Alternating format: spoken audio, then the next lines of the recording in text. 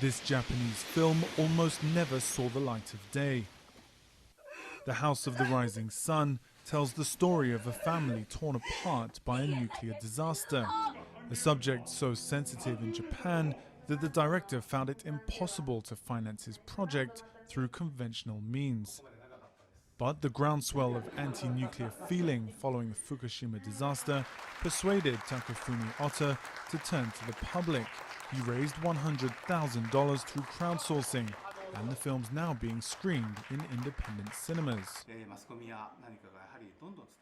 The media talks less and less about the problem of nuclear refugees. I asked myself what I could do as a director. I decided to make a film to voice the message that newspapers and television don't. 3 years after the Fukushima disaster, and the anti-nuclear demonstrations are waning. The Japanese media barely give them any airtime, even if surveys show most people are still against the industry.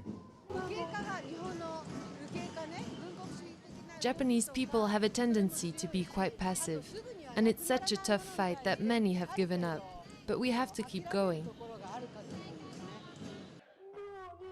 The pro-nuclear lobby is an impressive foe, whose reach spans many sectors. Japanese companies sit at the nexus of the global nuclear industry. Toshiba, Hitachi, Mitsubishi, they are part of what Japan calls the nuclear village. Pro-nuclear advocates in industry, finance, in politics, in academia, in the mass media, bureaucracy. These people control the commanding heights of national energy policy, and they are not prepared to let the public decide something that important.